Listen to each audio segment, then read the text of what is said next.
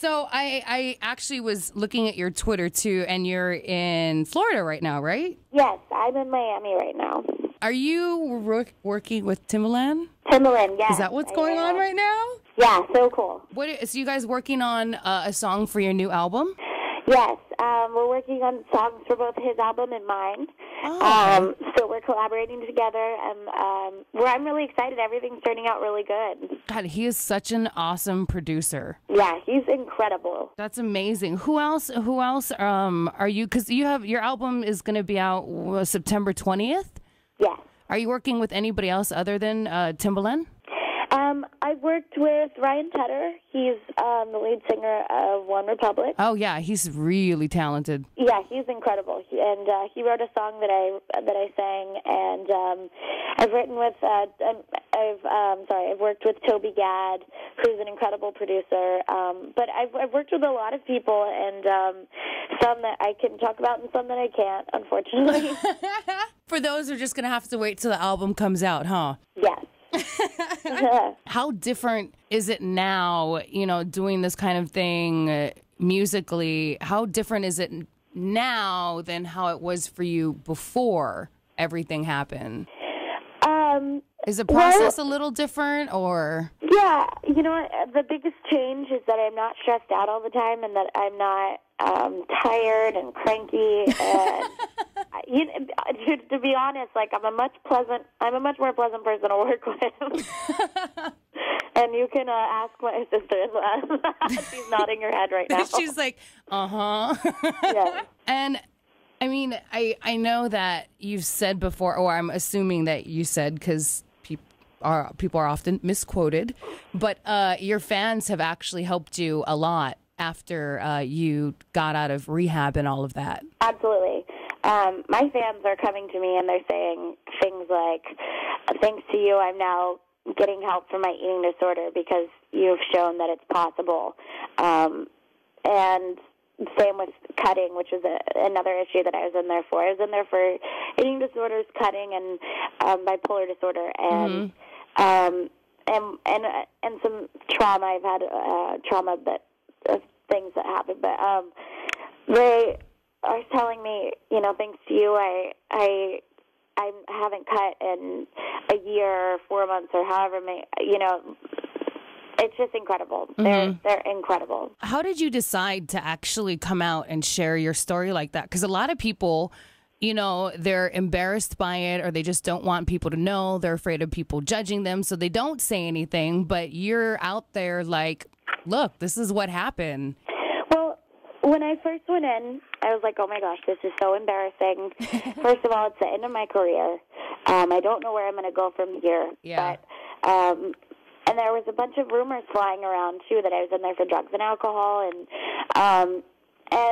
I not only did I want to set the record straight and be honest with the reasons why I was in there, because, one, I didn't want people thinking that I was in there for other reasons than I really was, because when you hear the word rehab, you think drugs and alcohol. Yeah.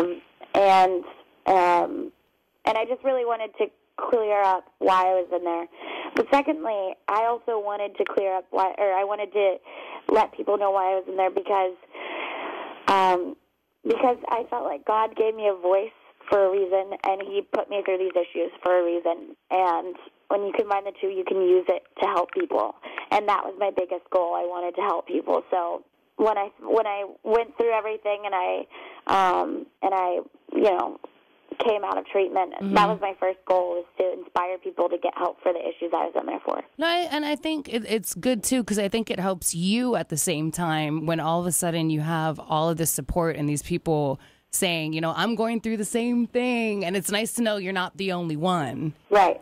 How do you feel? And I'm just kind of curious because, when you went to get help, it's you genuinely needed it, and nowadays it seems like there's a lot of celebrities who use rehab as kind of like, they cheat on their wife or they do something bad and then they pull the rehab card thinking that people are just going to forgive them. But how do you feel about some celebrities kind of using rehab in a way that I think they shouldn't be?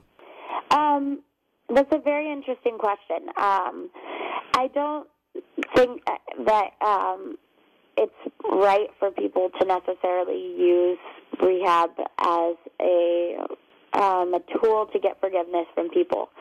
But at the same time, I have to think, are there other issues that people are dealing with that we don't know of? Mm-hmm.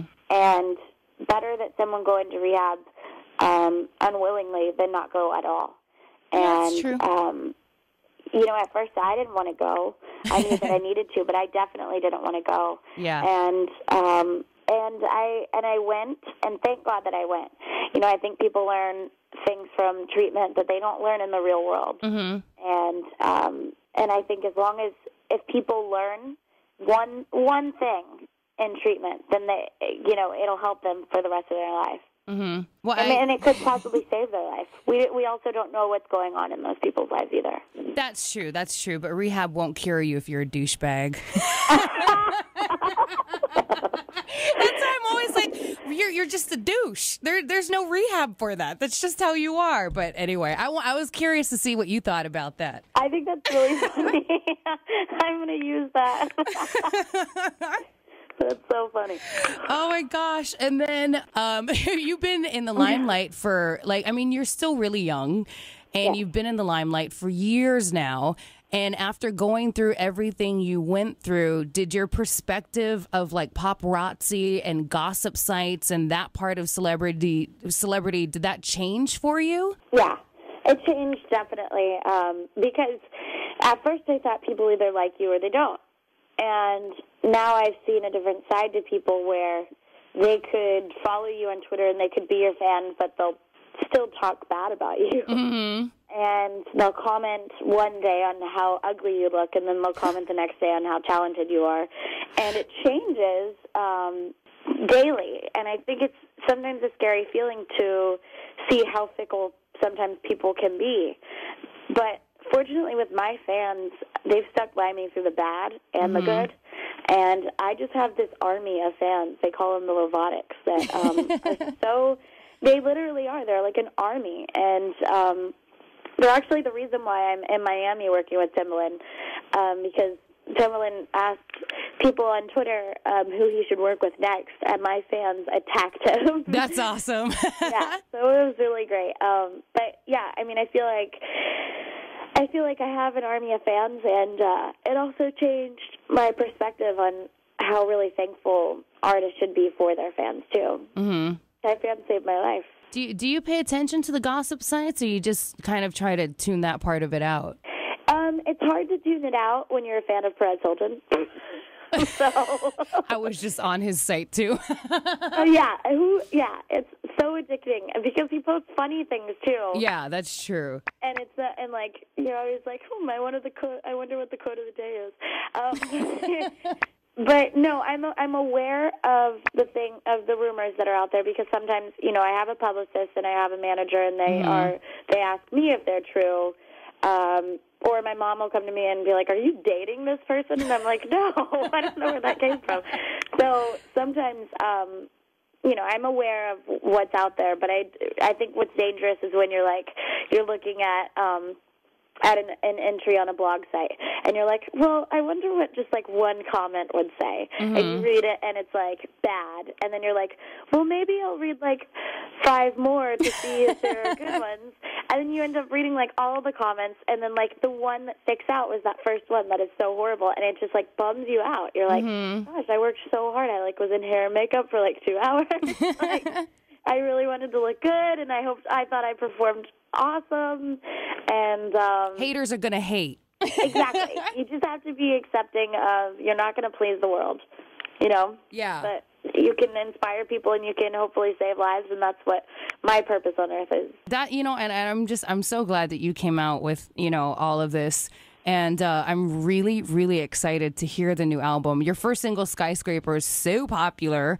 And then, Jordan Sparks did the cover on YouTube, which was awesome. Yeah, it was beautiful. Yeah. So what can your fans look forward to on the new album coming out?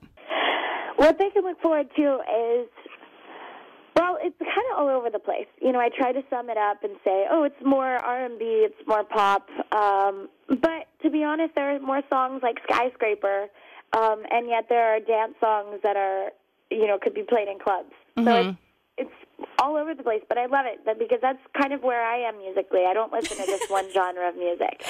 And to be honest, I'm kind of all over the place. So I definitely think that there's not really a specific way to describe my album. Maybe that'll change while I'm down here. We'll have more songs, and I can, decide which ones are going to make the album, and then I'll be able to come out with a clear description. But for right now, there's not really a description. We're going to have to wait and see. Yes. Well, thank you for taking the time out to chat with us. Thank you for taking the time out to chat with me. That's a very lovely Demi Lovato, and don't forget her new album is going to be dropping on September 20th.